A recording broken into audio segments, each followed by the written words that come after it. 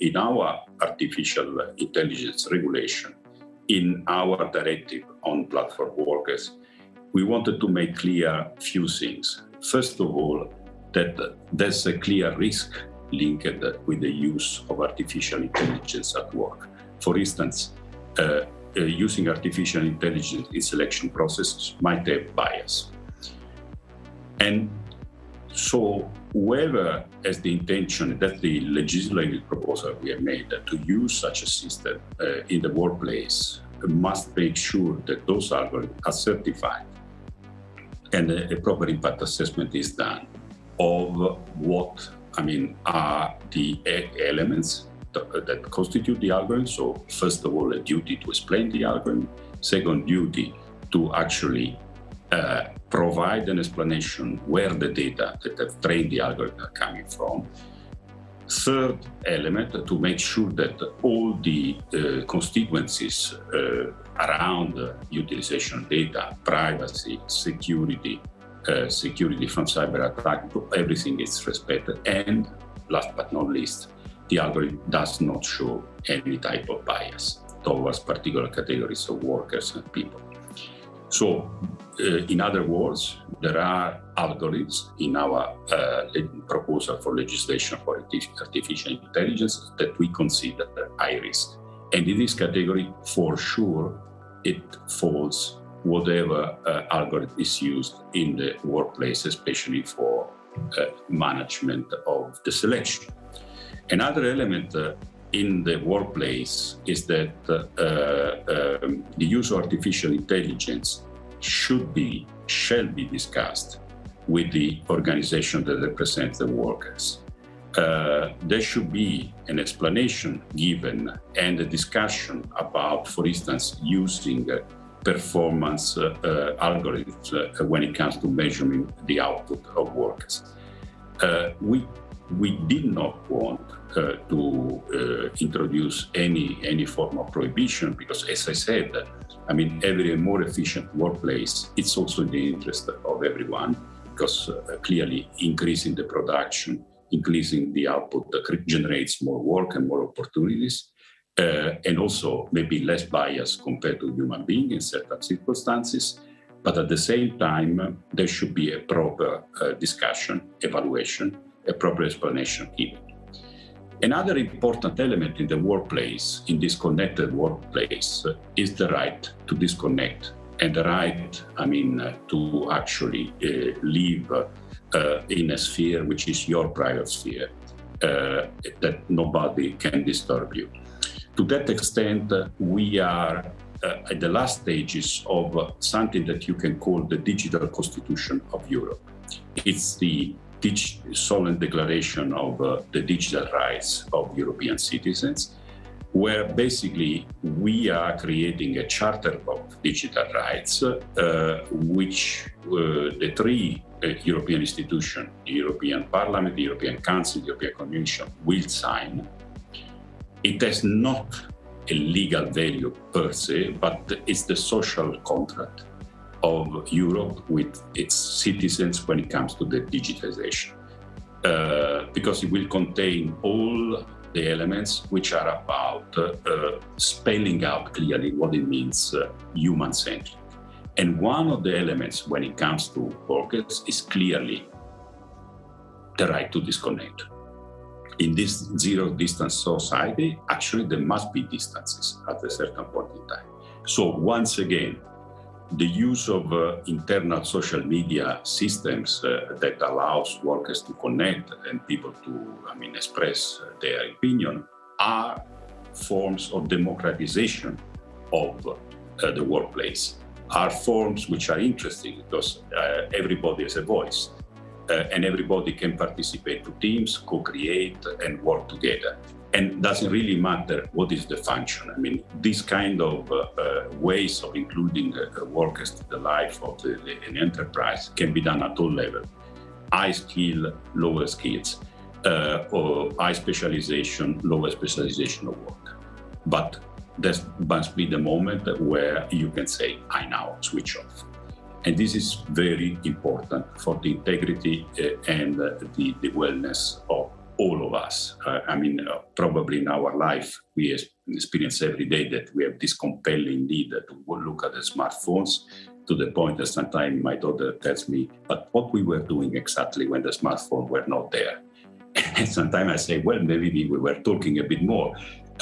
So the right to disconnect is an important element. Another very important element looking at the overall picture is to make sure that the work environment is protected from cyber attacks, is protected from any form of malicious intrusion, which could also result to loss of personal data.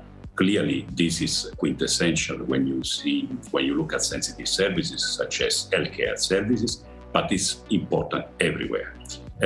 Because when there's loss of data, when the systems are distracted, first of all, there might be major distraction when it comes to services, but also the severe consequences when it comes to personal data. That's why we take cybersecurity of companies very seriously. In our new directive, the NIS 2 directive, which it's about the security of enterprises, we say cybersecurity is a board responsibility. We say companies that don't take the right measures shall be held responsible. And there are fines for companies that do not really have proper management of cybersecurity.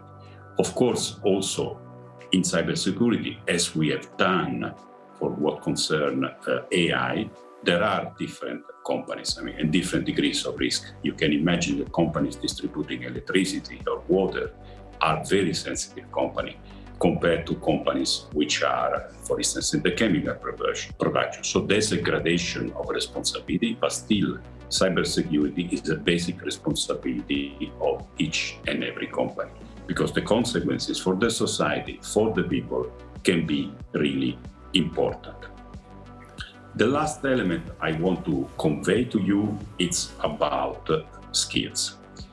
And it's about the way we see skills. First of all, we see skills integrated into, our what is called our digital decade. So where we want to go in 2030, digitalization in Europe. And it's part of these four elements. Digitizing the public administration, the health services, digitizing the industries and businesses, providing more infrastructure, but really on top, providing more skills. Everyone in the workplace has the right to have digital skills. And that's part of our, by the way, the Charter of Digital Rights. It's because otherwise, as I said, from what I said, workers might be cut out of the life of a digitized enterprise, which becomes much more fluid, becomes, much more distributed, much more, using those systems to connect. So if someone does not know how to use them, it's out of this particular enterprise. The other reason is that you cannot simply say digital skills are for the young people. Digital skills, I need new workers because the workers I have are not really right for this type of skills. Whoever runs an enterprise has the duty to do training on the job. Has the right when introducing, when introducing new technologies in the factories, in the workplace, has the duty to do also training. So training, reskilling, upskilling, it's a very important element of workers' rights in the new society, the digital society.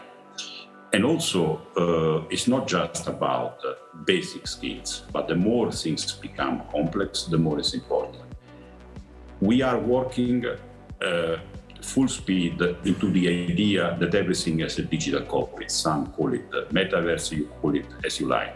This will be the next revolution in the workplace. In many, many cases, you will have the digital copy of whatever you do in front of you and operate, being trained on this, operate the machinery or whatever in front of the digital copy of it. There are fantastic opportunities. Also, the workplace becomes much safer because instead of operating a complex machinery with risks for the human health of life, you will operate the twin and then a robot will do the rest. But of course, you need a very important degree of training. And no one, once again, should be left behind. So in the new society, the society that will use digital in 3 dimensions, the society that will use, all these systems to interact, like the digital world that I described, artificial intelligence, people must remain at the center. That's the message that comes from the European Union and comes from our every single action every day.